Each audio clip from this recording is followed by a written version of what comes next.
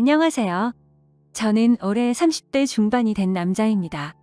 주변 사람들에게는 말하기가 너무 창피하고 민망스러워서 익명의 힘을 빌려 많은 분들께 제 얘기를 들려드리고 싶습니다. 농담 삼아 듣지 마시고 가능하다면 부디 힘이 되는 좋은 말씀 한마디씩 해주시면 감사하겠습니다. 우선 제 와이프에 대해서 얘기를 해드리겠습니다. 연애 시절부터 느꼈지만 정말 여자가 맞나 싶을 정도로 남자를 많이 밝히는 그런 스타일이었습니다. 하지만 그때는 콩깍지도 씌었을 뿐더러 결혼하고 애 낳으면 생각도 성격도 많이 달라질 거라 생각했었죠. 아무튼 와이프는 연애 시절부터 남자가 지나가면 눈이 돌아간다든지 휴대폰 안에는 연예인들의 건강미 넘치는 그런 사진들도 가득하더군요.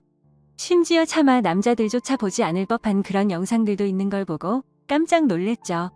하지만 뭐 다 큰 어른이고 충분히 그런 걸 볼 수 있다고 생각했습니다. 하지만 문제는 연애 시절부터 발인기가 다분했었던 것 같습니다. 전 남자친구랑 연락하다가 걸린 것도 몇 번 됐었고 친구들끼리 술 마시고 헌팅해서 알게 된 남자랑 연락을 주고받다 걸린 적도 있습니다. 하지만 관계까지 가진 건 아닌 걸로 알고 있어서 참고 만났던 거죠. 지금 생각해보면 그때 당시에도 술 마시고 연락 두절이 된 게 몇 번 있는데 정황상 사고를 치지 않은 것 같아서 넘겼는데 그 진실도 이제는 알 수가 없을 것 같네요. 사실 대부분의 남성분들은 잘 아실 겁니다. 제 와이프는 모든 남자들이 뒤돌아 볼 만큼 인기가 많았습니다. 하지만 결혼한 지도 3년이라는 시간이 지나다 보니 연애 때만큼 그렇게 확 땡기지 않더군요.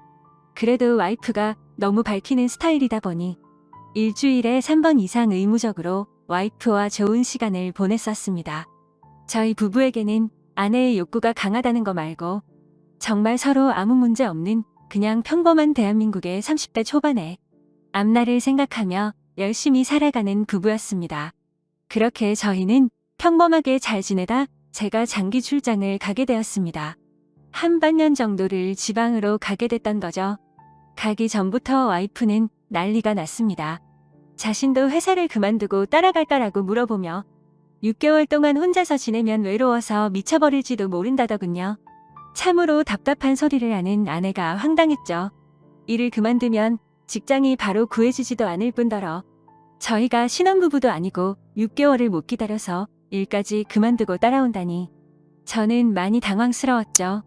그래서 굳이 혼자 있어서 외로운 거면 친정에라도 가 있으라고 했습니다. 길다면 길고 짧다면 짧은 시간이지만 와이프는 계속해서 직장까지 그만두고 따라가겠다고 아주 성화를 부렸습니다. 그때까지만 해도 6개월 동안 자주 보면 되겠지 무슨 문제라도 생기겠어 라는 마음으로 저는 너무 안일하게 생각했었습니다. 아니 어찌 보면 제 와이프의 실상을 알게 되어서 다행이라면 다행이겠네요. 처음에는 와이프가 참으로 지극정성이었습니다. 제가 출장을 간 곳이 차로 왕복 6시간이 넘게 걸리는 곳인데 한 달 동안은 거의 매주 제 숙소로 찾아오더군요. 남자 혼자 살면 밥 굽는다고 밥이며 반찬이며 아주 바리바리 두 손 가득 싸들어서요. 그때까지만 해도 저는 와이프를 너무 잘 얻었구나 싶었습니다. 신혼도 아니고 결혼한 지도 벌써 3년이 훌쩍 넘었는데 남편이 출장 갔다고 이렇게 챙겨주는 여자가 이 세상에 어디 또 있겠습니까? 그때까지만 해도 정말 저희에게는 아무런 문제가 없었죠. 그런데 대략 한 달쯤 지났을 무렵입니다. 그렇게 지극정성이던 와이프가 전화도 잘 받지 않고 컵배기도 안 비추더군요. 사실 섭섭하기도 했지만 와이프가 집에서 노는 사람도 아니고 본인도 직장을 다니는 사람이니까 피곤해서 그런가 보다 생각했죠. 반년 일하는 시간은 금방 지나갔고 저는 지방 출장을 모두 마치고 다시 서울로 복귀를 했습니다. 와이프는 집에 온 저를 보자마자 고생했다며 보고 싶은 거 참느라 죽는 줄 알았다면서 달려오더군요. 그러면서 얼른 빨리 씻고 오라며 콧소리를 내면서 애교를 부렸습니다. 그런 모습에 역시 우리 와이프 달라진 게 없네 싶었고 그날 저희는 반갑게 좋은 시간을 보내게 되었습니다. 그리고 나서 대략 일주일 정도쯤 지났을 무렵이었습니다. 소변을 보는데 좀 따끔따끔하더니 생전 겪어보지 못한 가려움이 몰려오더군요. 저는 처음에 뭘 잘못 먹어서 이런가 보다 생각을 했고 밖에서 다른 짓을 한 적이 없으니까 병이 생긴 거라고는 생각조차 못했습니다. 병원에 찾아가기도 민망했었고 그렇게 며칠 동안을 미루고 또 미루었죠. 하지만 시간이 지나갔음에도 점점 나아질 기미가 보이지 않았고 오히려 이상한 분비물도 묻기 시작했고 소변을 볼 때 통증은 더 심해지더라고요. 그래서 저는 결국 도저히 참기가 힘들어서 창피함을 무릅쓰고 병원으로 찾아갔죠. 병원에 갔더니 검사를 해보자 합니다.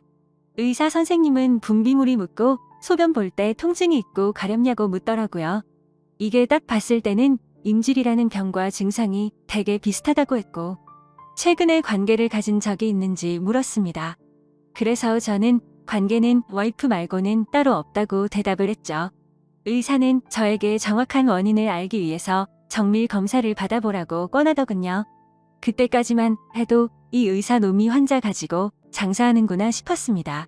근데 그때 당시에는 빨리 치료를 받고 싶을 뿐 다른 생각은 할 겨를도 없었습니다. 그렇게 저는 검사를 받았고 결과를 보고 난 뒤 정말 제 눈을 의심했습니다. 임실에 헤르페스의 곤지름까지 생겼더라고요. 곤지름은 아직 잠복기라서 딱히 증상이 나타나지는 않았는데 검사를 해보니 균이 나온다고 하더라고요. 저는 거기서도 순진하게 의사에게 물었죠. 제가 최근에 사우나에 다녀온 적이 있는데 사우나에서 옮은 거냐고 했습니다. 저는 정말 와이프 말고 관계를 가진 적이 없는데 라며 이것저것 물어보았죠. 의사는 단호하게 대답을 해주더라고요. 뭐 헤르페스 정도 한 가지라면 사우나나 대중시설에서 옮았을 수도 있지만 이렇게 몇 가지씩 다량으로 증상이 발현되는 건 관계를 가진 것 말고는 다른 원인으로 생겼다고 보기엔 어려울 것 같다고 하더군요. 그때부터 뒤통수를 맞은 듯이 갑자기 온갖 생각이 들었습니다. 그러면 제가 와이프에게 옮았다는 거냐고 물어봤죠. 의사는 아내분과 잘 이야기를 해보라고 했고 아내분도 같이 치료를 받으셔야 할 거라고 했습니다.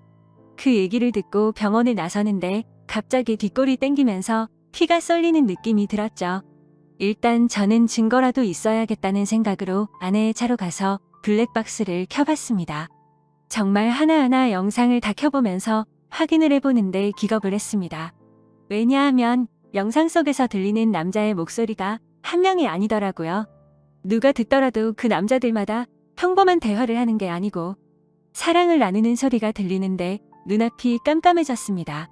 그동안 그렇게 믿었고 서로를 의지했던 와이프가 제가 모르는 사이에 다른 남자들과 이렇게 해프게 하고 다녔다는 게 믿기지가 않았습니다. 영상 날짜를 보니 아내가 제게 연락이 뜸해졌던 시기와도 맞물리더군요.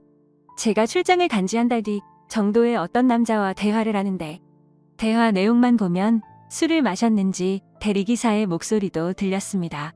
그런데 다른 사람이 있는데 아랑곳하지 않고 역겨운 말을 하더군요. 남편이 출장을 가서 없으니까 잠시 쉬다 가도 괜찮다고 하는데 너무 충격적이었습니다. 평소에 다른 사람의 시선도 신경 쓰는 다소곳한 모습이 있던 사람이었고 관계를 가질 때조차도 많이 밝히기는 해도 선을 넘지 않았는데 너무 다른 사람 같았습니다. 저는 그 길로 블랙박스 메모리칩을 빼들고서 집으로 달려갔습니다. 집에 도착한 저는 곧장 와이프를 불렀죠.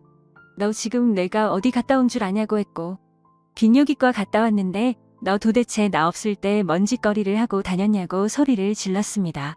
제가 막 소리를 지르면서 화를 내니까 와이프는 덜덜 떨며 무슨 소리냐고 자신이 무슨 짓을 했다고 이러냐고 변명을 하더군요. 그래서 다시 물었습니다. 아무 일도 없는데 갑자기 내 몸에 임질에 헤르페스에 거기다 곤지름까지 생기냐고 했고 나는 너 말고 다른 여자와 보낸 적이 없는데 그럼 이 병은 갑자기 하늘에서 뚝 떨어진 거냐고 했습니다. 내가 1년을 자리를 비운 것도 아니고 고작 6개월 비웠을 뿐인데 그새를 못 참고 딴 놈이랑 붙어 먹었냐고 말했고 거짓말 할 생각은 하지 말라며 블랙박스 메모리칩을 내려놨습니다. 지금부터 거짓말 할 생각 하지 말고 솔직히 말하라고 더 크게 소리를 질렀습니다. 제가 너무 흥분을 했고 증거자료까지 내밀면서 몰아붙이다 보니까 그제서야 와이프는 사실대로 실토하더군요. 아주 여기저기 다 정차하는 버스가 따로 없더군요. 처음에 너무 외로워서 그랬답니다. 회식을 하게 되었고 술에 취해서 결국 실수가 시작되었답니다. 평소부터 자신에게 잘 대해주던 직장 후배인데 같은 방향으로 가는 김에 차에 같이 타게 되었답니다. 근데 술에 너무 취해서 자신도 모르게 많이 외로웠답니다. 그래서 그냥 단순히 술을 한 잔만 더 하고 싶은 생각에 집으로 불러들였고 술을 더 마시다 실수를 해버렸다고 하더군요. 제게는 너무나 소중했던 제 보금자리에서 다른 남자놈이랑 놀아나다니 정말 너무 화가 났고 역겨웠습니다. 그런데 이건 시작에 불과하더군요. 그날 이후로 고삐 풀린 망아지처럼 지냈더군요. 어차피 실수를 시작했고 죄책감에 오히려 더 막 나가게 됐답니다. 근데 참 이해가 안 가지 않나요? 상식적으로 실수를 했다면 더 자숙해야 하는데 오히려 더 이따위 짓을 했다는 걸 보면 언젠가는 이딴 짓을 하고 살았을 사람이란 걸 느꼈습니다. 같이 사고를 쳤던 남자들도 다양해서 참 대단하더군요. 직장 후배를 시작으로 유부녀라는 사람이 낯선 남자와도 시간을 보냈고 애인처럼 주기적으로 만난 사람까지 있더라고요. 저는 당장 그놈들 연락처 다 적으라고 어떤 놈들인지 다 알아야겠다고 몇 번 했는지 또 어떤 놈인지 적으라고 했습니다. 와이프는 처음에 그걸 어떻게 다 기억하냐고 그러면서 못 적겠다고 하더군요. 정말 울컥하더군요. 그딴 짓을 해놓고서 어떻게 다 기억 못하냐면서 따졌습니다. 그럼 정 못 적겠으면 너네 친정집으로 가자고 했습니다. 지금 당장 너희 부모님 앞에서 추궁하겠다고 난리를 치니까 마지못해서 적기 시작하더군요. 참 기가 막혔습니다. 6개월이라는 짧은 기간 동안 시간을 보낸 남자가 무려 5명입니다. 한 번만 만나서 놀았던 놈은 3명이었고 직장 후배와는 3번의 만남을 더 가졌답니다. 가장 많이 만난 놈이랑은 셀 수도 없을 것 같더군요.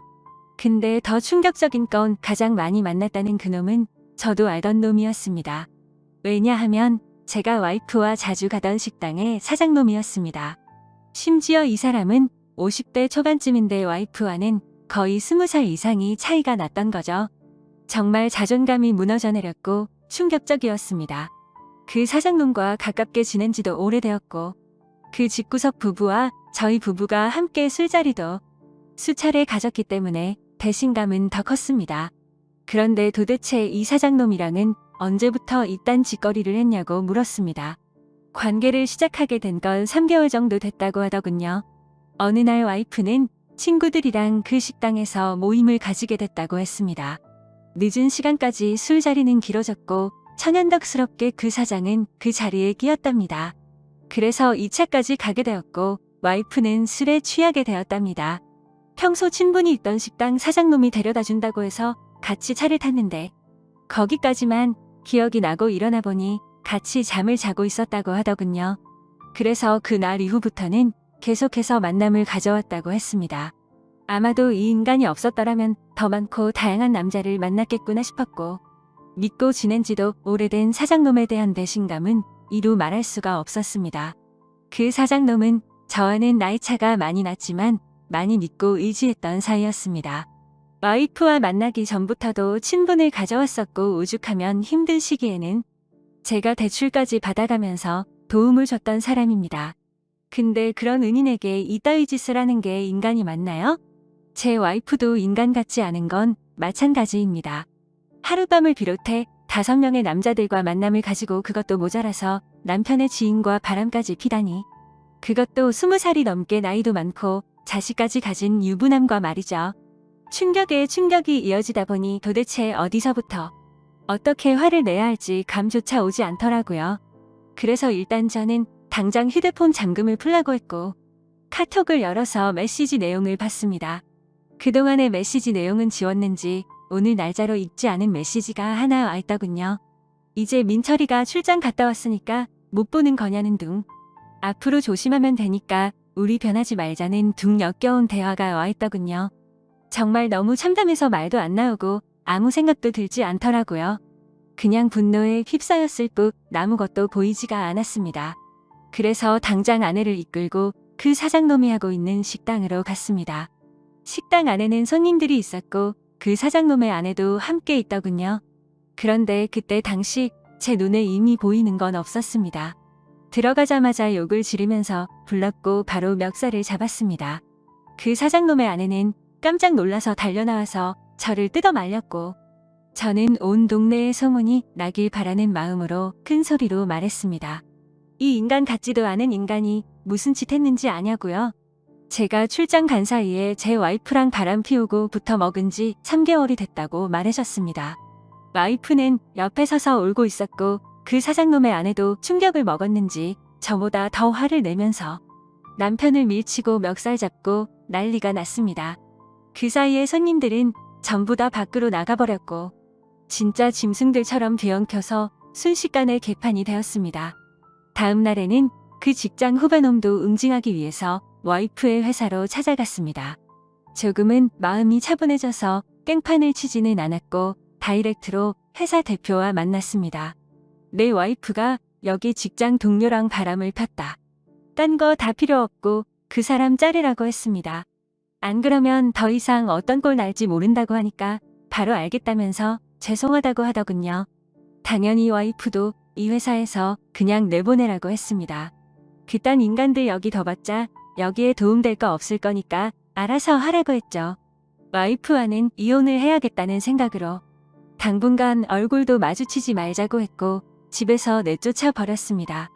저 또한 맨정신으로 버틸 수가 없어서 회사에는 잘 얘기해서 휴가를 냈고 며칠 동안 집에 박혀서 술만 마시고 있었습니다. 옛날 생각도 나고 어떻게 이렇게 됐는지 웃다 울다 사람이 미쳐가는 게 한순간이더군요. 그렇게 3일 정도 지났을 무렵 그 사장놈에게서 메시지가 왔습니다. 저에게 사과를 해도 모자를 파내 오히려 뻔뻔하게 욕을 하더라고요. 조용히 일 처리를 하면 되지 굳이 그렇게까지 해야 했냐면서요.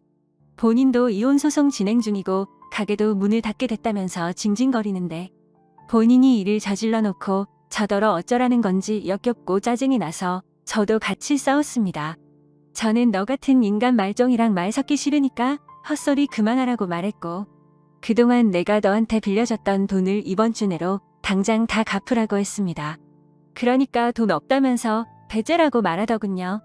나이 50이 넘어서도 이따위 짓을 하는데 어떻게 이런 인간이랑 연락을 해오며 살았을까 제 스스로에게도 화가 났습니다.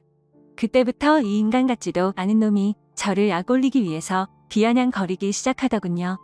제 와이프가 이렇게 해줬다 저렇게 해줬다부터 시작해서 또 다시 저는 충격적인 얘기를 듣게 되었습니다. 참 파고 또 파도 끝이 없었네요.